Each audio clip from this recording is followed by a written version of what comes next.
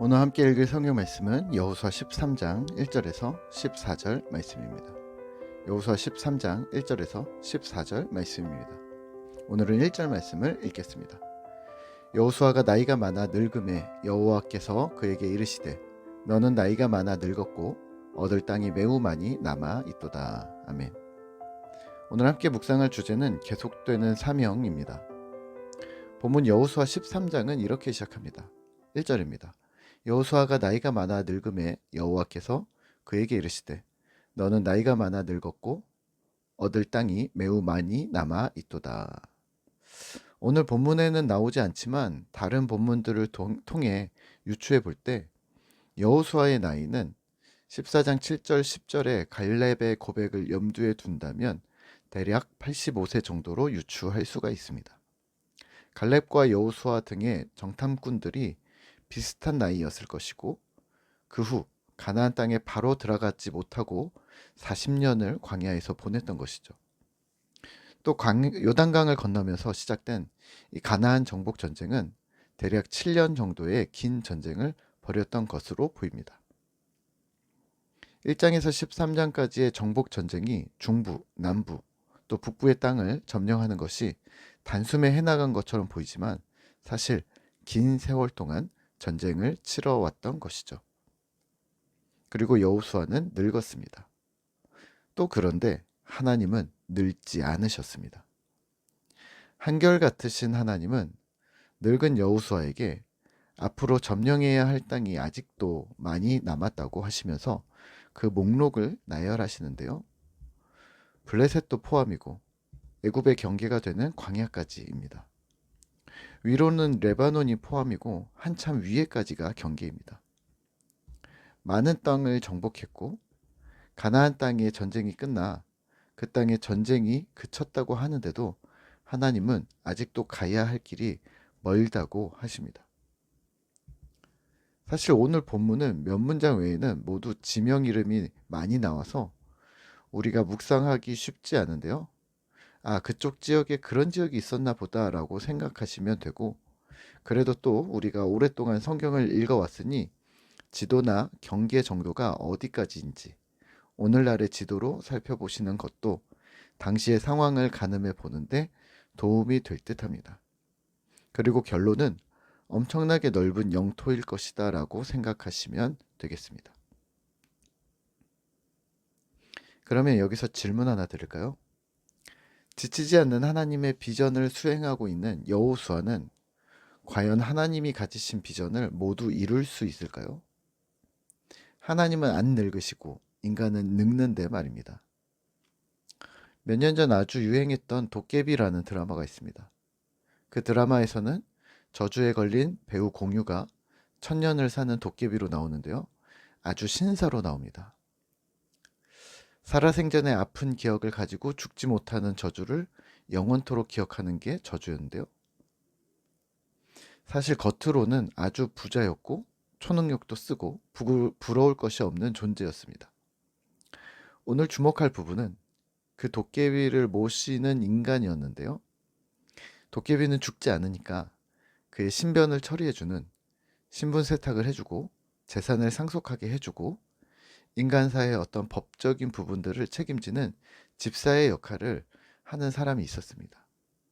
그리고 그 집사의 역할은 한 명씩 명맥을 잇게 했습니다. 마치 오늘 우리가 그 집사와 같은 역할이라고 보면 어떨까요? 주인공이 변하지 않듯이 하나님은 변하지 않으십니다. 그리고 그를 섬기는 자들은 시대마다 바뀝니다.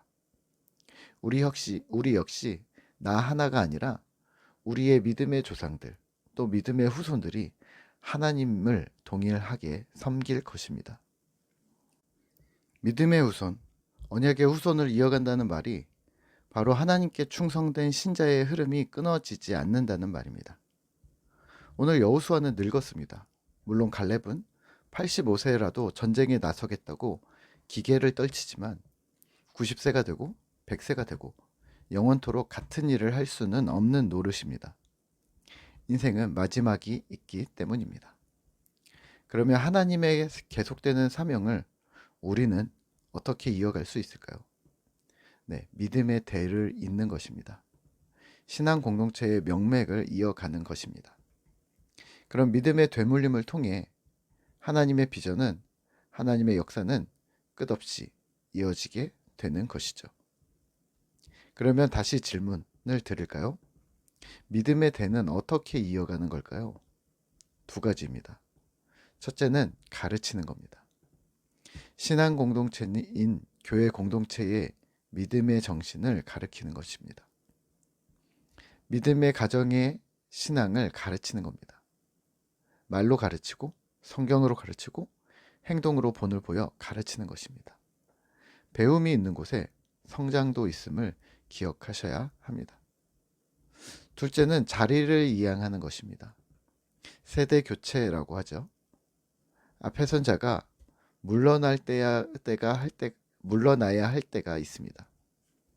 그때가 언제인지 타이밍을 잘 찾는 것이 성숙한 인간인 것이죠. 잘 나갈 때 멈춤을 아는 자는 현명한 사람이고, 나설 때와 물러날 때를 아는 자는 더 현명한 사람이라는 말을 노자도 했고, 또 대학이라는 책에서도 같은 말을 했었습니다. 이런 인간사의 지혜는 교회뿐 아니라 세속에서도 중요한 지혜입니다. 오늘 우리는 이 두 가지를 잘 해내고 있을까요? 혹시 말로, 행동으로 가르치는 것을 나는 이제 포기해 라고 말하지는 않는지? 이 일은 평생 해야 하는 일입니다. 신자로 이 땅을 살아간다는 것은 평생이기 때문입니다. 또 후배들에게 자리를 내어주는 것, 물러섬의 때를 아는 것은 제대로 된 타이밍을 잡아가고 있을까요? 사실 이 부분은 더욱 어렵습니다. 어떤 사람은 지혜롭지 않아서 타이밍을 제대로 못 잡습니다. 이런 거죠. 아무도 없는데 자신도 안 하겠다고 합니다. 또 어떤 사람은 다음 사람에게 바통을 넘겨야 하는데 가만히 있습니다. 이런 기준, 타이밍은 어떻게 잡는 걸까요? 후진양성입니다. 바통을 넘기면 사라져야 한다고 생각하시면 오산입니다. 회사에서 업무 인수인계를 해보셨을 듯한데요. 인수인계하면 그 다음에는 나 몰라라 할까요? 가끔은 그런 회사도 있지만 후임자가 전임자에게 연락해 도움을 요청할 때가 있습니다. 그러면 쏜살같이 달려가 도움을 주고 그 사람이 제대로 업무 수행을 할 수 있을 때까지 돕습니다. 안 그러면 부장님한테 불려가 혼이 나겠죠. 여튼 그렇게 업무가 이어질 수 있도록 하는 건데요. 이 업무를 사역이라는 단어로 바꾸면 어떨까요? 또 이 업무를 사랑과 섬김이라는 단어로 바꾸면 어떨까요? 교회 안의 은퇴는 세상 회사의 은퇴와 다릅니다. 다음 바통을 이을 자가 있으면 함께 사역을 인수하는 것입니다. 나이가 돼서 나가라고 하거나 또 내가 하기 싫다고 해서 포기하는 것이 교회의 은퇴가 아닌 거죠. 그러니까 사역을 하면서 혼자 하면 안 되시고요. 동역자를 만들어야 하고 그 동역자 스펙트럼을 넓혀 세대 간의 교체가 자연스럽게 흘러갈 수 있도록 돕는 것이 지혜롭고 현명한 신자가 되는 것이죠. 오늘 나는 어떤 사역을 담당하고 있습니까? 혹은 어떤 사역을 담당하고 싶습니까? 그 사역을 위해 나는 무슨 준비를 하고 있습니까? 혹 혼자서만 하고 있는 것은 아닌지 돌아보시죠. 연속성을 가져야 하는 사역이라면, 하나님께서 원하시고 공동체에 유익이 되는 사역이라면 바통을 이을 공동체를 만드시죠. 함께하며 행복해하고 각각의 공동체 안에서 하나님 나라를 경험하고 더 넓게는 하나님 나라 사명의 바통을 잇는 현명한 공동체 되시기를 기도합니다.